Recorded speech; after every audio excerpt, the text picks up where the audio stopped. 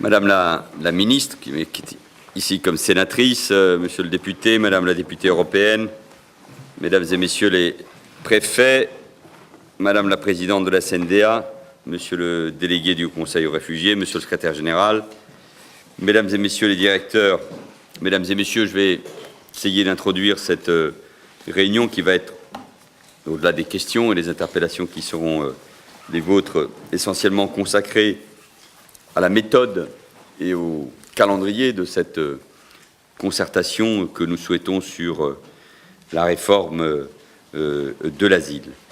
Si de grands principes fondent notre État de droit, ils doivent rester évidemment immuables. Les dispositifs mis en œuvre pour les garantir, eux, doivent évoluer. Et si je m'adresse à vous aujourd'hui, c'est parce que nous faisons face, pas nouveau, vous me direz, à l'impérieuse nécessité de nous réformer. Et de nous réformer collectivement pour garantir ce droit, un droit fondamental auquel je crois que nous sommes tous attachés ici autour de la table, parce qu'il est au cœur, au fond, de ce qu'est la France, c'est le droit d'asile. Ce droit qui affirme que toute personne craignant avec raison d'être persécutée du fait de sa religion, de sa nationalité, de son appartenance à un certain groupe social ou de ses opinions politiques doit obtenir une protection dans un autre pays que le sien. Rappeler ce droit à la protection, c'est souligner évidemment la singularité de l'asile dans la complexité, dans la difficulté des mouvements migratoires européens et mondiaux. Et j'ai déjà eu l'occasion de le dire à plusieurs reprises, dans des enceintes nationales ou européennes, la politique de l'asile n'est pas une politique d'immigration et le droit d'asile n'est pas un droit à l'immigration. La République est née avec l'affirmation de grandes libertés individuelles, celle d'opinion, celle de conscience. Et la République ignore aussi l'idée de hiérarchie entre les hommes.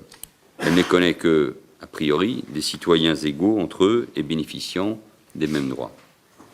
Et la République, c'est notre particularité, a voulu parler un jour au nom de l'humanité tout entière.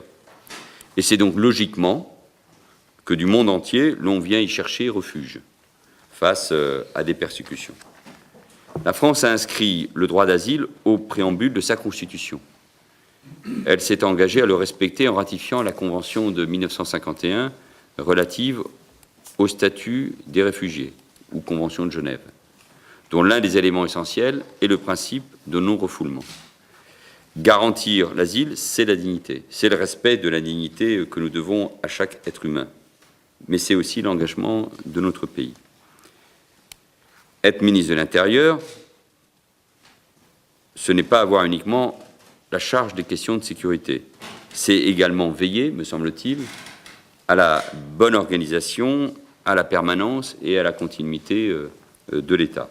C'est mettre en œuvre donc aussi la politique d'immigration. C'est assurer la relation avec les cultes. Et c'est donc aussi conduire la politique de l'asile.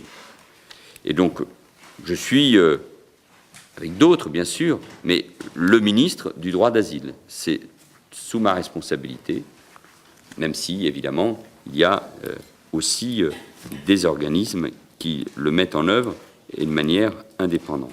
Et en tout cas, c'est ma responsabilité d'en garantir la pérennité. Or, un constat s'impose, notre politique de l'asile a atteint ses limites. Si bien que pour la préserver, cette politique, je dirais même d'une certaine manière pour la sauver, il nous faut la réformer, et profondément. Qu'en est-il exactement ? Il ne se passe pas une journée sans que l'actualité, à travers les médias locaux, souvent, régionaux ou nationaux, nous rappelle le plus souvent, d'ailleurs de façon dramatique, l'inefficacité de notre système actuel. Accueil dégradé, saturation de nos dispositifs d'hébergement, files d'attente interminables, des demandeurs d'asile devant les préfectures, ou encore occupation illicite de bâtiments quand ce n'est pas seulement ou simplement l'errance de familles dans l'espace public que nous constatons. Des tensions de plus en plus vives sont ressenties dans les régions, départements et villes les plus concernés. C'est vrai en Rhône-Alpes, c'est vrai en Alsace, c'est vrai en Bourgogne, c'est vrai en Bretagne, j'arrête là la liste. Le système est à bout de souffle pour plusieurs raisons. Tout d'abord, une demande qui s'est accrue et qui continue de croître. Entre 2008 et 2012, le nombre de demandeurs d'asile a augmenté de 73%. Avec un total de 61 400 demandes, la France se place ainsi au deuxième rang, après l'Allemagne, des pays destination des demandeurs. Je souligne d'ailleurs que sur les 5 premiers mois de l'année 2013, nous enregistrons déjà une augmentation de 10% par rapport à la même période en 2012. Je ne m'étendrai pas davantage sur ces éléments, sur ces chiffres, puisque Luc de Repas, qui est à côté de moi, que vous connaissez, secrétaire général à l'immigration et à l'intégration, présentera tout à l'heure un état des lieux plus complet. Beaucoup ici connaissent parfaitement ces sujets. La seconde raison tient au délai qui s'allonge et qui pèse sur l'ensemble du système. La hausse de la demande d'asile a généré une augmentation importante des délais d'instruction qui ont pu être supérieurs à 20 mois en moyenne. Des délais qui, grâce au renfort mobilisé au profit de l'OFPRA, à la réorganisation engagée par son directeur général, Pascal Brice, et de la CNDA, commencent, me dit-on, à diminuer, mais évidemment à un rythme insuffisant. 16 mois et demi en 2012. Et encore, ce chiffre, et je veux y insister, ne tient pas compte des délais en amont de l'examen de la demande par l'OFPRA. Je pense à ces délais accumulés à chaque étape de l'entrée dans la procédure, l'accès à la domiciliation, les démarches en préfecture. Tous ces délais pèsent donc sur l'ensemble du dispositif, le rendant, je force peut-être parfois le trait, mais parfaitement illisible et inopérant, et engendrant également des coûts beaucoup plus importants. Depuis 5 ans, les crédits de l'asile ont augmenté de façon spectaculaire, sans pour autant améliorer la prise en charge des demandeurs d'asile. Les crédits consacrés au CADA, à l'ATA et à l'hébergement d'urgence des demandeurs représentent aujourd'hui près de 500 millions d'euros. Si l'on prend en compte l'ensemble des dépenses liées à l'asile et aux déboutés du droit d'asile, ce montant, en fait, devient bien plus supérieur. Or, in fine, notre système n'octroie l'asile qu'à une faible part des demandeurs. Le troisième dysfonctionnement, ce sont des concentrations des demandes sur certains territoires, en particulier l'Île-de-France, avec 45% du total. Mais il y a aussi des villes, je le soulignais tout à l'heure, qui concentrent aussi ces demandes. Et nous avons donc à Lyon, à Mulhouse, des situations qui deviennent extrêmement difficiles. Enfin, dernière difficulté, il y en a peut-être d'autres, la très forte pression sur les dispositifs d'hébergement, qui est la résultante logique des 3 premiers dysfonctionnements. Les centres d'accueil des demandeurs d'asile, qui devraient être la norme pour l'hébergement, sont totalement saturés. Et seuls 30% des demandeurs en bénéficient. Le recours au dispositif d'urgence est alors massivement sollicité. Et même en prenant en compte l'hébergement d'urgence, l'État ne parvient à héberger que la moitié des demandeurs. À cela s'ajoute que près de 80% des demandeurs sont déboutés de leur demande, dont une large part relève en réalité de motivations économiques et non de nécessité de protection, même si je sais qu'à la marge, il peut y avoir des débats. La majorité de ces déboutés restent de manière irrégulière sur le territoire. Et parmi eux, nombreux sont ceux qui introduisent une demande de séjour à un tout autre titre que l'asile et sollicitent donc du coup des dispositifs d'hébergement d'urgence. C'est précisément ainsi que le droit d'asile est, de mon point de vue, dévoyé et détourné. Le Premier ministre a annoncé la création de 4000 places de CADA supplémentaires. 2000 sont d'ores et déjà disponibles, les 2000 autres le seront dans les mois qui viennent. Mais si le fonctionnement de notre système d'asile reste inchangé, ces efforts seront vains. Les dispositifs d'urgence du ministère de l'Égalité des Territoires et du Logement ont également été renforcés. Mais compte tenu des contraintes budgétaires, nous ne pouvons pas multiplier à l'infini les hébergements.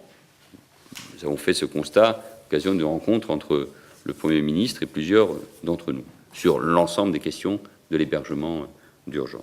Donc il faut agir vite et avec méthode. Depuis quelques années, dans notre pays, le traitement et le dialogue autour de la question de l'asile, nous n'y échapperons pas totalement, se sont progressivement réduits à un outillage technique, administratif, procédurier et juridique. Je ne méconnais pas, bien sûr, la nécessité de la technicité dans ce domaine-là. Et il y a des spécialistes de cette technicité. Mais ce faisant, je crois que peut-être nous en avons progressivement perdu le sens. Et je crois qu'en la matière, la politique, au sens le plus noble du terme, doit reprendre ses droits.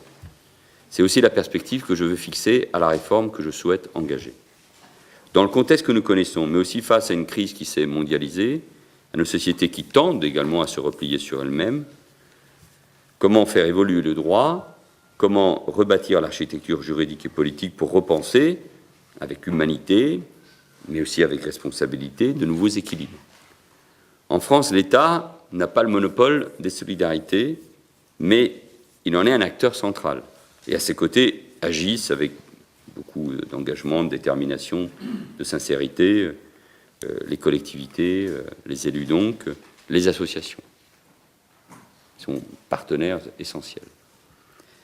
Sur le sens de nos politiques publiques, sur leurs moyens humains et financiers, je souhaite que cette concertation qui s'ouvre aujourd'hui, elle aurait pu s'ouvrir plus tôt, mais beaucoup de sujets à traiter, et puis aussi une situation qui s'est davantage dégradée ces derniers mois. Je souhaite que cette concertation soit l'occasion d'interroger la place et la responsabilité de chacun pour essayer de construire ensemble une nouvelle donne ancrée dans la réalité, les atouts, mais aussi les contraintes de notre société. Cette réalité, elle est multiple. Et vous savez bien que dans cette réalité, il y a aussi le sentiment que peuvent éprouver nos concitoyens. Et puis, des prises de parole ou des prises de position qui visent à confondre l'immigration régulière, l'immigration irrégulière, l'asile, les gens du voyage, les Roms, etc. Mais situations qui, si on est réaliste, se confondent quand même parfois sur le terrain aux yeux de nos concitoyens. C'est dans cette perspective que j'ai sollicité Valérie Létard, ancienne ministre, sénatrice, et Jean-Louis Touraine, député, premier adjoint à Lyon, tous deux élus locaux, aux expériences professionnelles, politiques et personnelles complémentaires. Ce ne sont pas des spécialistes du droit d'asile, tant mieux. Ils auront comme ça un regard aussi neuf sur le sujet. Mais les connaissant tous les deux, je ne doute pas un seul instant qu'ils sont en train déjà de le devenir. Et je les remercie. C'est un binôme fait de tolérance, d'opinions politiques qui ne sont pas les mêmes, mais d'une grande connaissance du terrain et d'une expérience déjà longue. Et en tout cas complémentaire, je le souligne. Et avec eux, je partage, me semble-t-il, le pragmatisme et la volonté de changer ce qui, à l'évidence, dysfonctionne depuis quelques années. Je les remercie d'avoir accepté d'être les médiateurs de cette concertation. Ils vous écouteront, vous interpelleront, vous les interpellerez sans doute, feront valoir les points de consensus, identifieront les points de dissension. Ils faciliteront ainsi vos travaux. Je leur ai demandé de me remettre leurs recommandations à la fin du mois d'octobre. Je lisais un article de presse cet après-midi qui disait qu'on voulait gagner du temps. Je suis convaincu que dans quelques semaines, on me fera le reproche contraire, celui d'aller trop vite. Parce que j'ai conscience de la rapidité des délais, mais nous le savons, il n'y a pas de temps à perdre. Puis on connaît les termes du débat, mais la concertation, elle est précisément pour faire en sorte qu'il y ait tous les points de vue. Ici, dans le cadre de cette concertation, on va revenir, il y a évidemment l'ensemble des administrations qui ont en charge l'ensemble de ces problématiques, qu'elles soient reliées directement au ministère de l'Intérieur ou non. Et vous savez que je tiens au caractère indépendant de l'OFPRA, et que je ne peux dire que la même chose concernant la CNDA, mais ça, de toute façon, il ne peut pas y avoir le moindre doute. J'ai souhaité qu'il y ait des préfets qui soient également présents, ceux qui sont dans des départements où ces questions-là sont les plus aiguës. J'ai souhaité qu'il y ait une parlementaire européenne, Sylvie Guillaume, qui connaît aussi bien ces sujets, et depuis longtemps. Et puis également des élus locaux. Et ce n'est pas un hasard si les villes de Rennes et de Mulhouse sont là. Leurs maires sont représentés. Parce que ces questions-là, également, sont une épreuve parfois, hein, à la fois pour les populations concernées, pour les habitants de ces villes et pour les élus qui se retrouvent face à de nombreuses difficultés. Mon cabinet, évidemment, suivra cela avec beaucoup d'attention, mais d'ores et déjà, je voudrais vous remercier pour votre implication, votre participation, et elle est indispensable pour que nous puissions redonner toute sa force à ce grand principe qu'est le droit d'asile. La compréhension de nos concitoyens de ce que cela représente, les confusions qu'il faut éviter, mais pour cela, il faut qu'il y ait aussi la part nécessaire de clarification.